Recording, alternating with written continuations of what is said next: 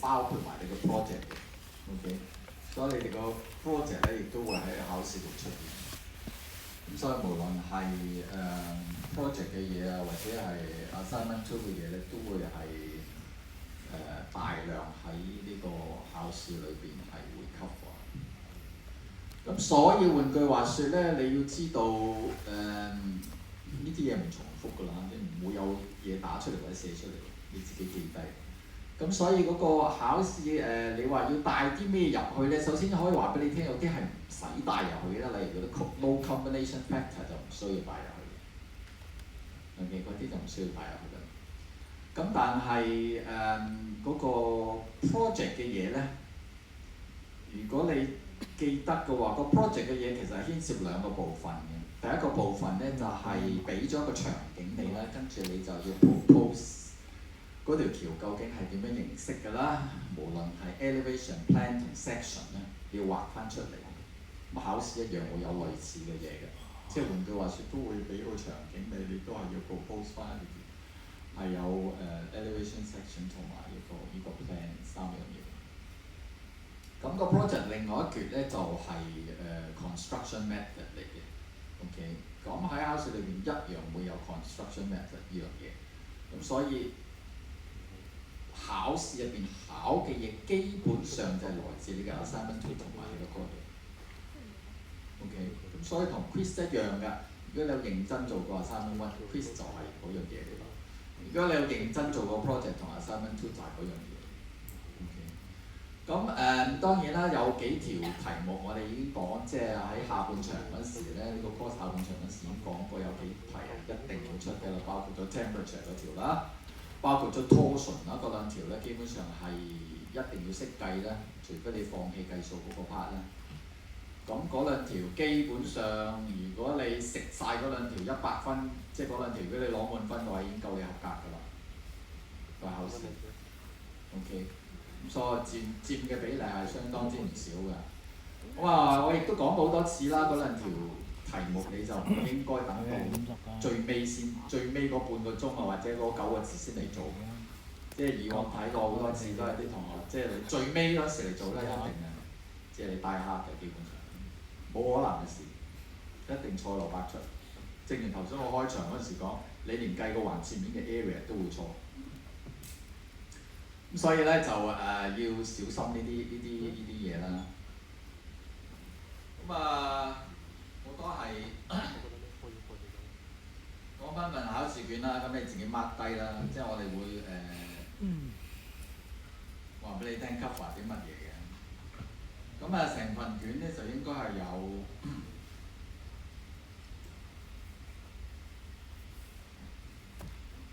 3個鐘係咪 ？OK， 3個鐘就有6條數。唔係 sorry， 唔係數啊，有6條題目，因為唔係好多有數計嘅，有啲係冇數計嘅基本上。OK。咁有冇吹水嘅嘢啊？有啲同學好中意問有冇吹水嘅嘢，基本上可以話接近冇啦。吹水。嚴格嚟講係零。即係你唔好諗住有一條題目，你諗住寫2版紙英文俾我喎，係冇嗰啲題目㗎，一條都冇嗰啲，唔會有嗰啲嘢出現嘅。OK， 我從來都唔想改啲同學寫嗰啲英文，咁所以係唔會有 essay type question 嘅。6條題目咧，其實個分數係好平均嘅，唔會有一條得5分，另外一條40分嘅，唔會嘅。全部都係10零20分嘅啫，即係平均每條係都係10零或者20左右嘅啫，或者有啲係20零嘅啫，咁所以平均係10零20分嘅啫，條條都係差唔多嘅，唔會有條得幾分，有一條會30幾40分嘅。OK， 咁就6條都係全部答嘅，即係換句話説係 on average 大概係半個鐘一條嘅。當然呢個 on average 咧，有啲題目就唔應該係半個鐘嘅。有啲題目係其實預你10分鐘做完。如果你係要用半個鐘去做嗰條10分鐘嘅題目，其實換句話説你係唔識做，冇可能會係即係半個鐘去做嗰條題目。OK， 咁咧就記住啦，我就成份嘢咧就係冇 appendix 㗎，冇 appendix， 成份卷會好多圖嘅，你會見到好多圖同埋好多資料俾你嘅。咁所以你要小心睇清楚俾你嘅圖啦，小心睇俾你嘅數字啦，所有嘅資料啦，你都要睇清楚嘅。OK， 冇 appendix， 所以你要自己帶齊資料啦。好啊，咁我哋從第一條開始講，你自己抄低。第一條咧就係成份卷嚟講咧，bearing 嗰樣嘢係重中之重，喺呢個 second part， 即係 second part of 呢個 course 係呢個即係等於喺上半場 influence line 重中之重。如果你唔識做 influence line 嘅話，基本上你都可以輸一半嘅。OK， 咁所以下半場嘅話，如果你唔識 bearing 呢樣嘢嘅話，你都係輸一半。OK， 坐底輸一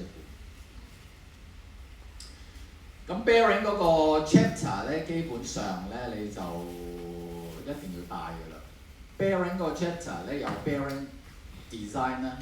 所謂 bearing design 就係即係俾咗一條橋你。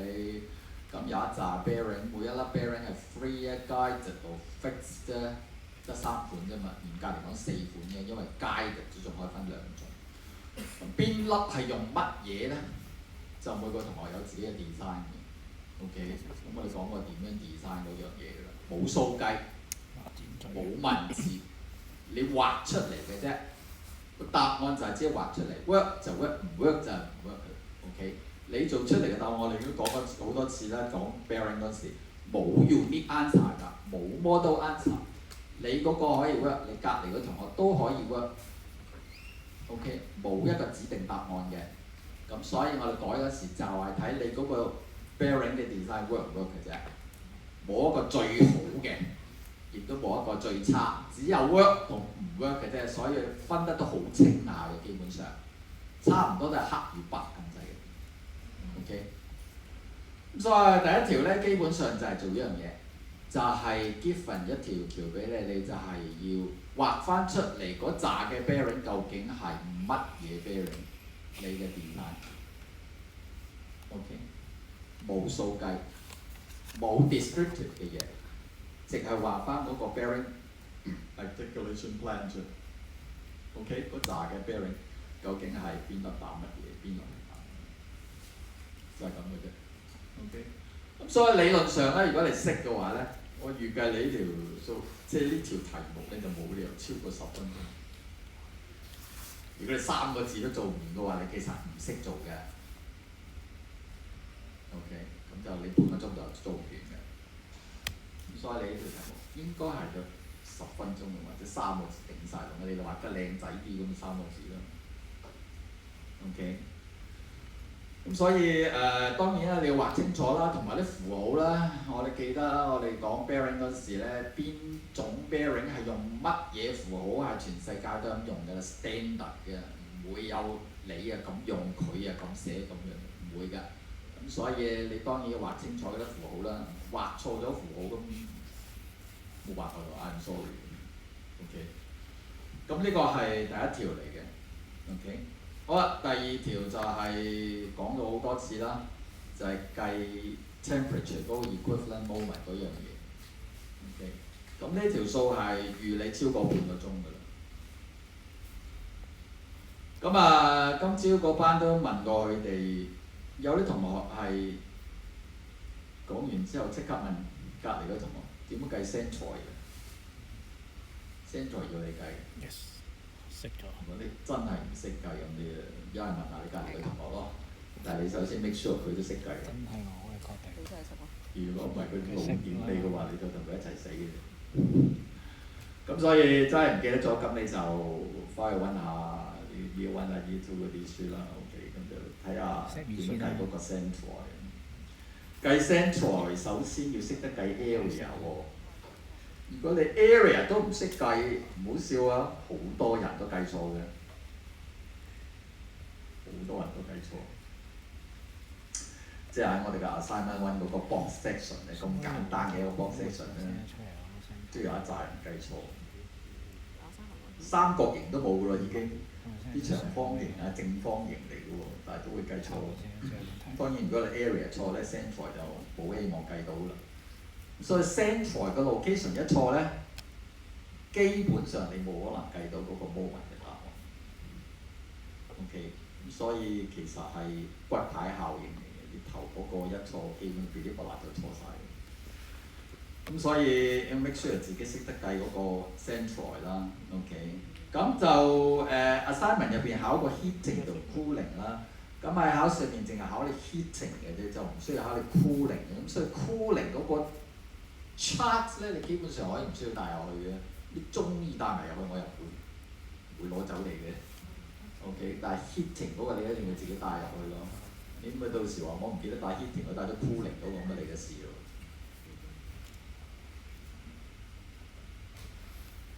如果你有做assignment 2咧，知道嗰、個橋面嘅 surfacing 幾厚咧係有關係嘅。咁我哋考試咧已經係用100 mm 嘅，即係你唔需要做任何嘅 adjustment 嘅，基本上。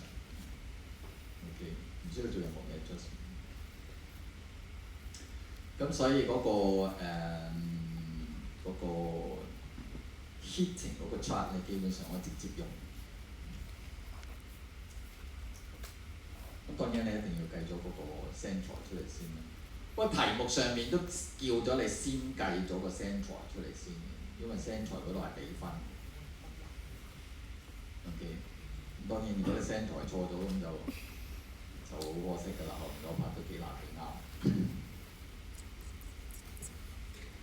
所以首先要再提下大家啦啊！如果你真係唔記得點計 centroid，你真係要温。好啦，下一條啦，第三條。第三條基本上就係你個 project 嘅嘢。基本上就係你個 project 嘅嘢。頭先講咗啦 ，project 分兩個 part 啦。有一個 part 就係俾咗個場景你啦，跟住你就要 propose 一個 structural form 啦。咁你要畫翻出嗰個 area section 同 plan 出嚟啦 ，to scale 啦。冇 freehand sketch 啊，要用間尺畫㗎。OK。咁基本上第三條就係做你個 project 嘅呢個 part。OK， 所以你要帶啲咩入去啊？呢個應該如果你話 handout 上面，我諗係應該係頭嗰兩個 chapter 頭 week 1同 week 2嘅嘢嚟㗎。因為 week 3其實我哋已經講 construction method、cast in situ 嗰啲嘢，咁所以應該係頭嗰兩個禮拜啲嘢嚟，你可以睇翻。OK。即係 week 1同 week 2嗰啲嘢嚟，咁所以嗰度其實就 week 1同 week 2咧就都相當多嘢喺入邊嘅，即係好多圖嘅嘢啦。咁你要自己可能要剪輯一下。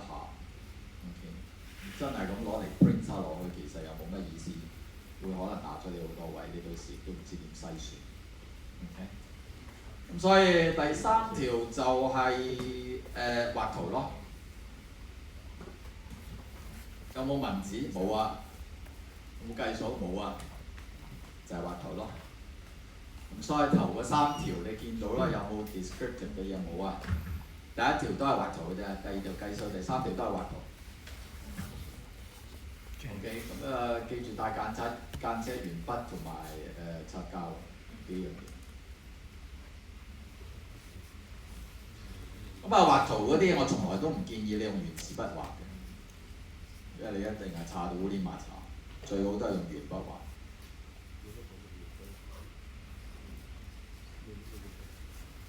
咁呢條橋個橋面個闊度啊，有幾多行車線啊，係俾咗你嘅。OK， 即係佢條橋面嘅幾闊度，行幾多條線啊？有冇 footpath 啊？嗰啲嘢係俾咗你。咁當然長度都俾咗你嘅。所以你要 propose 翻嗰個 structural form 究竟係點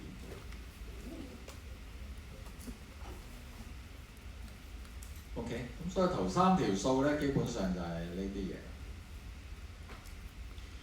咁第四條我哋亦都講過好多次嘅，都係重中之重啦，講過 N 咁多次，呢條數係一定要識計嘅 torsion。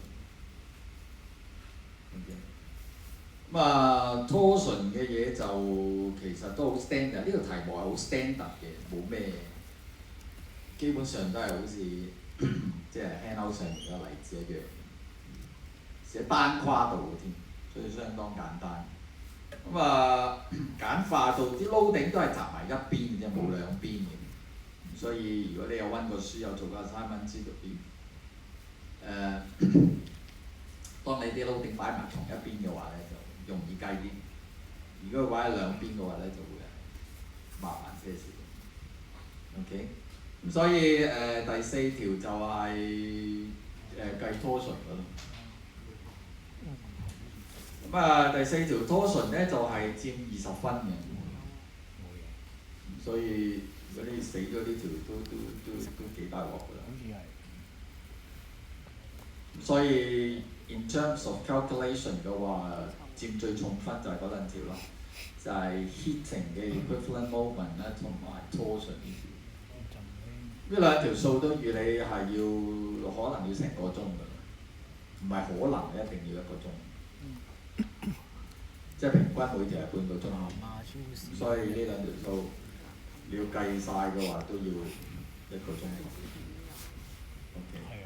咁我幾時都係 recommend 啲同學咧，最好就一早計咗呢兩條先。即係當你仲未腳都震埋啊，手心飆汗啊，或者已經成褲都濕晒啦。就嚟賴啦，咁先嚟計咧就一定衰硬。所以最好咧，你就係頭1個鐘咧就好計咗呢兩條。如果真係有時間剩咁，你咪先翻嚟 check 數。Otherwise 咧就唔好等到最尾個鐘先做，必死無疑。OK， 咁所以最好咧就係唔好理啦，一打開份卷做咗呢兩條先。當你隻眼仲未蒙嗰陣時，你隻手又未震嗰陣時。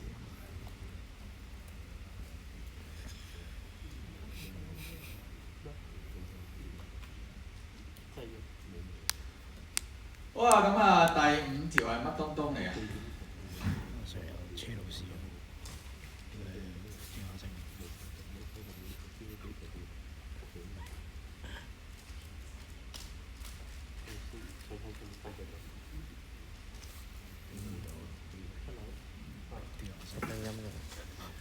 第5條都係 bearing。其實又唔係講得晒係 bearing， 應該話 bearing 同 movement joint。如果你有上堂仲記得嘅話咧，我哋喺講 movement joint 嗰時，或者應該講 movement joint 嗰時咧 ，movement joint 究竟你有冇計錯數識唔識 ？movement joint 本身咧就咁計 movement 咧就唔係好多嘢計，好少嘅。但係 movement joint 同 bearing 兩樣嘢係唇亡齒寒嘅，兩樣嘢其實係緊連埋一起嘅。你有冇計啱嗰啲 movement 就係視乎你知唔知嗰啲 bearing 喺條橋上面係點樣 set 法。OK， 咁所以換句話説，如果你睇唔明嗰幅圖上邊嘅 bearing 係代表咩意思咧，你係計唔到嗰個 movement， 或者你必定計錯個 movement。OK。咁所以呢個 part 你亦都要去睇翻我哋講 MJ 嗰陣時咧 movement joint 嗰時咧嗰啲例子入邊。OK， 咁所以嗰個 movement 點計咧就唔係求求其其嗰個 thermal constant 啊，成個 length 啊，成個 delta T。OK， 咁所以一般同學咧錯嘅咧，首先錯就一定係根本就唔明嗰個 bearing 係做乜嘢。就求其代啲數字落去就計嗰啲咁嘅 thermal expansion 啊 contraction 咁嘅，呢個第一個一定會錯嘅。如果你唔明嘅 bearing 嘅話，第二就係嗰個 delta T 究竟個 change in temperature 係點樣 change 法咧？咁所以喺呢個 part 度咧，就你會發覺會係比較 given 嘅 data 係比較多嘅，喺呢條題目裏邊 given 嘅資料係比較多，所以你自己要睇清楚 given 嗰啲資料嘅。OK， 咁所以呢一條數係咪直接考你 bearing 嘅嘢咧？係間接考咧，就唔係直接考嘅，因為唔會直接叫你計啲 bearing 嘅嘢，亦都唔會直接叫你 design 一啲 bearing 嘅嘢。但係你首先一定要明白圖上面嘅 bearing 係代表乜嘢意思，你先有得計嘅。如果唔係一定錯。OK。咁所以俾你嗰條橋咧，你就要係自己諗清楚嗰幅圖係乜嘢意思啦，睇清楚個圖上面嘅 bearing 係乜嘢嚟嘅啦，乜嘢 bearing 嚟嘅啦，代表啲乜嘢意思啦，然後先計翻嗰啲 change in temperature 出嚟啦，然後先至計翻啲 movement 出嚟。所以齋係計數嗰樣嘢其實就好少嘢計嘅啫，得嗰兩三行計嘅啫，啱就係啱，唔啱就係唔啱。OK， 咁所以呢個部分大家要留意到啦。咁呢條數唔係就咁計個 MJ 就完嘅，仲有一個 part 就係、又係關於你哋個 project 嘅啦。嗰條橋俾咗你之後，你要講下點樣 construct 嗰條橋嘅，即係 construction method。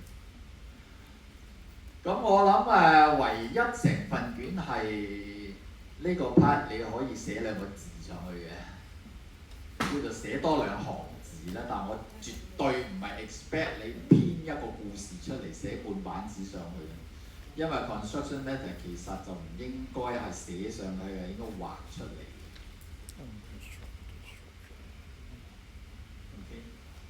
Construction method statement 就算 method statement 都好多時係要有一大 set 圖，咁所以呢個 construction method 呢個 part 咧，你都係要畫一啲圖上去輔助。如果你齋認為文字講得人哋明嘅話，咁你咪即管試下咯。咁construction method 呢個 part 都佔嘅分唔少嘅，都佔10分。咁所以換句話説，以嗰個 project 嚟計嘅話咧，個 project 我哋頭先講嘅剁開咗兩條嘅，加埋喺個考試裏邊就佔咗20分，所以佔嘅比例都唔少嘅。OK， 即係你個 project 嘅嘢喺嗰個考試入邊係會有20分出現，就分開咗。不過唔喺同一條題目裏邊，係分別跌入咗去兩條唔同嘅題目入邊。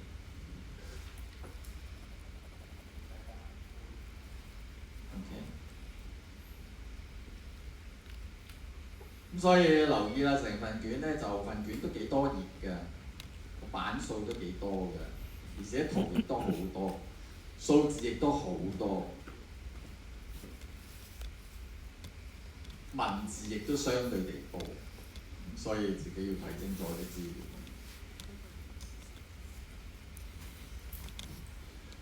好啦，最尾嗰條咧就係、都係同 bearing 有關。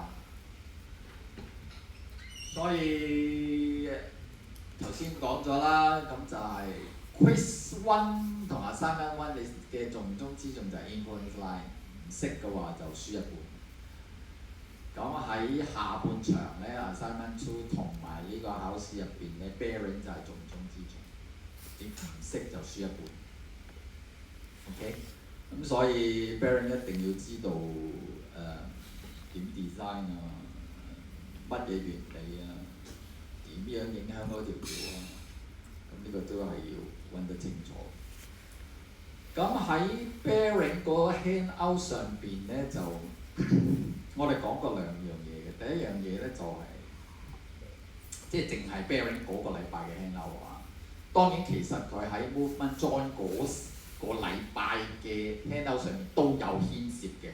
不過而家淨係講緊喺 bearing 嗰個禮拜嘅 handout 咧，就係、除咗有嗰個 bearing articulation plan 之外，即係點樣 design 每一粒 bearing 之外咧，仲有我哋係計過一條數嘅，應該係嗰條數好似計乜鬼嘢？係啊，有啲 longitudinal load 啊，咁跟住即係下面嗰幾個橋等食咗啲乜嘢嘅 longitudinal load 啊，諸如此類嘅。咁啊，當時都講過嗰條數係重要㗎。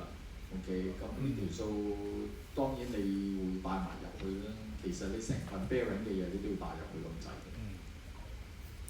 上次打邊度講嗰個？但係你又要點輯出嚟喎？因為成份帶晒入去，我諗你又12版可能級或者你6版，你可能未必夠。OK， 咁你要自己剪輯一下。咁所以最尾嗰條咧係會有牽涉都係 bearing 嘅嘢，咁會可能係計翻類似 bearing 嗰個 chapter 嘅類似嘅數咯。OK， 咁所以嗰個 part 都係要係啦，温習嗰陣時你都係要温呢個 part。咁最尾一個 topic 係有咩 topic 係仲未包含緊嘅考試度？有邊個 part 未包含？係啊，冇錯，最後就係 impact。咁就係最後一個 part 咧，就係關於嗰個 impact load 嘅。impact load 當然啦，我次次都係其實講翻一啲即係常見嘅問題啦。考試上邊最常見嘅咧就係呢個係真係最常見嘅啦。我諗10個同學有3至4個啦，就基本上就攞唔到呢幾分嘅啦，一定，因為佢哋即係講呢個 part 嗰時，我哋講過 longitudinal 同 transverse 兩個方向咁樣點分咧？一去到考試好多同學都記錯啦。邊個方向 longitudinal，邊個方向 transverse 咧，就係搞到亂晒。所以你要睇清楚，如果題目叫你計個 longitudinal 嘅 impact load，咁你就要搞清楚乜嘢叫 longitudinal。transverse 就乜嘢叫做 transverse。如果你調轉咗方向嚟計咧，就基本上玩完㗎啦。OK， 咁所以小心呢樣嘢。咁個 impact 咯，我哋唔會教你，唔會要求大家計嗰個 impact on 嗰個 bridge deck 嘅，即係橋身本身嗰個撞埋嘅。我哋都有係咁講過下嘅，就係一般都冇乜點深究嘅。因為一般嘅石屎橋咧，尤其市區嘅石屎橋咧，行車嗰啲咧就一般嘅車撞落係冇乜問題，唔會有咩太大嘅影響。OK， 除非你行人橋嗰啲就會非常之大鑊。Otherwise 咧，嗰啲石屎行車橋咧就係撞到橋身唔係咩咁大問題。OK， 但係撞到條 column 咧就另話。OK， 要睇下你嗰條 column 係點樣嘅 design。OK， 咁係可以有 damage。咁所以當然啦，要分清楚 longitudinal 同 transverse 啦。咁就要好睇嗰個路面嘅情況啦，同埋你上面嗰條橋同下邊嗰條路嗰個行車嘅方向嘅去定義。咁所以呢條數上面咧就係即係呢條題目上邊啦，唔好話條條都係數啦。呢條題目上邊咧就都有俾你都有一定嘅資料嘅叫嘢提供。咁所以你又要睇清楚咯。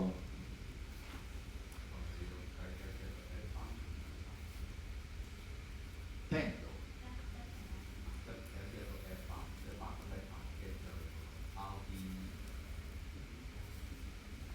我 F1 到 F3，我都記得咗咩叫 F1。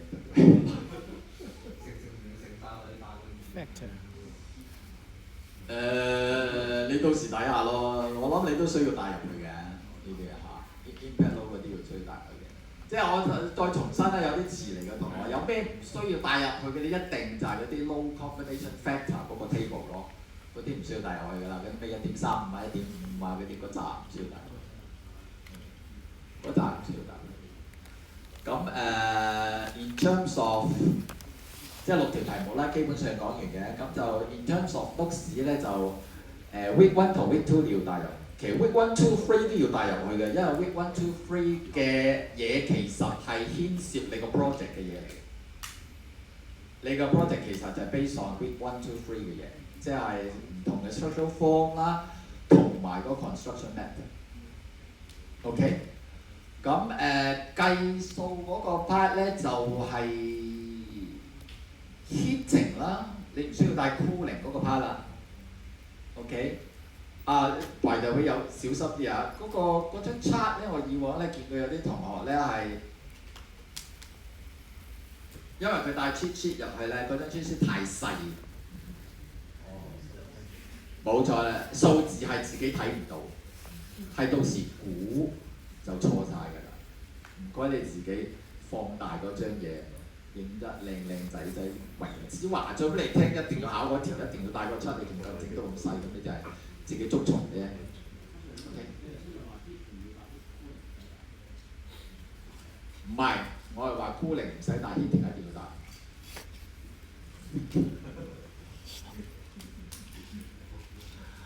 OK， 咁所以自己放大翻呢個張嘢啦。咁再 remind 一次，大家計出嚟嘅 moment 一定要寫清楚係 Hawking 㗎嘛 second 嗰啲。torsion 嗰條啦 ，torsion 嗰條係必須㗎啦。咁呢兩條數記住，一入去打開卷就做咗佢先啦，唔好等到最尾，唔好等到最尾，最尾你一定計錯，必定。centroid 一定要你計嘅，唔會 given， 所以你一定要識得計 centroid 嗰樣嘢。咁我今朝都問過日間嗰班啲同學，係我俾咗個一個 I section 嘅公字，大家知道 I section 唔一定要對稱噶嘛，即係頂嗰個 flange、top flange 同 bottom flange 唔一定要對稱。我就問有啲同學話 top flange 同 bottom flange 唔對稱嗰時識唔識計啊？咁有個同學舉手話：我對稱嗰時識。唔對稱嗰時你都要計。一對稱嗰時咪中間啦。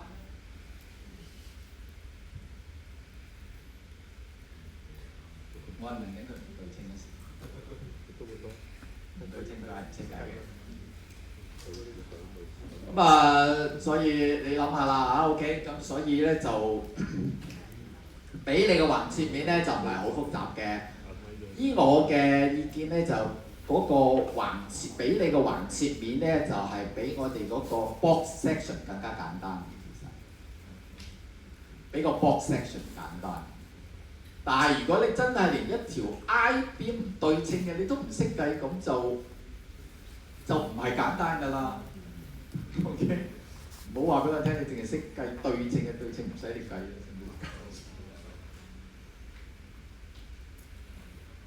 OK， 咁所以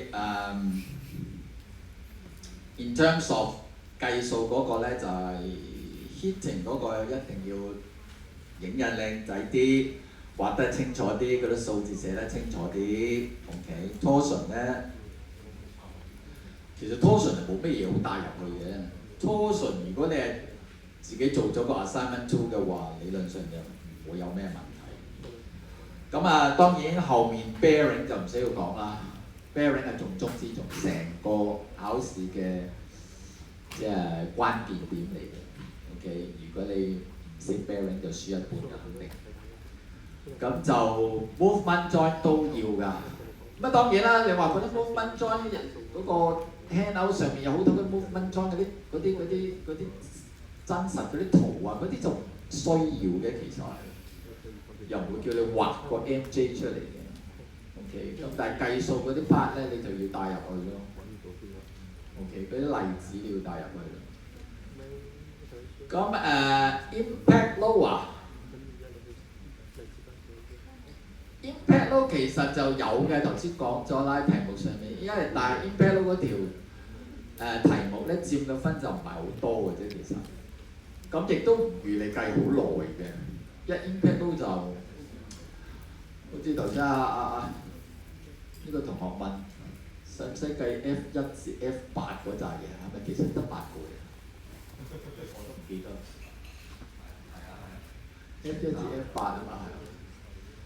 咁你即管都可以攞埋入去嘅 ，OK。咁但係嗰扎嘢你話難唔難計啊？我都唔知點講俾你聽，嗰扎嘢係咪都好難計？因為嗰啲全部同嗰啲 traffic 嗰啲嘢有關，所以你即管帶入去啦。但 impact load 就唔會考你嗰個 impact on 嗰個 bridge deck 嘅嘢，撞橋身嗰啲嘢唔關事。咁個當然最重要 impact load 你就係自己喺個 handout 上面 mark 清楚啦，即係咩方向打咩方向啦 ，longitudinal transverse 千祈唔好搞錯㗎。不過我年年都咁講嘅，嗰啲同學都係搞錯嘅。longitudinal transverse 硬係一調轉咗就基本上玩完啦。OK， 咁仲有乜嘢啊？冇咯喎，咁所以12個 page 嘅 cheat sheet 應該係足夠㗎啦。即係你要 prepare 12個 page 嘅 cheat sheet 應該，你可以放好多嘢上去。OK， 但係你點放你自己話事。OK。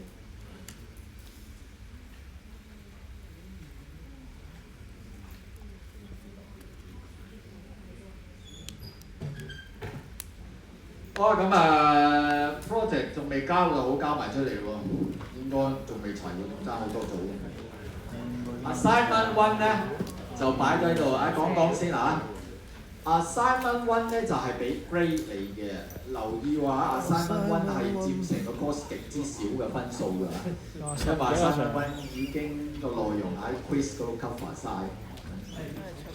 所以會先30分，其實嗰個 assignment one 只係佔幾分嘅。合格算啦，好嘛？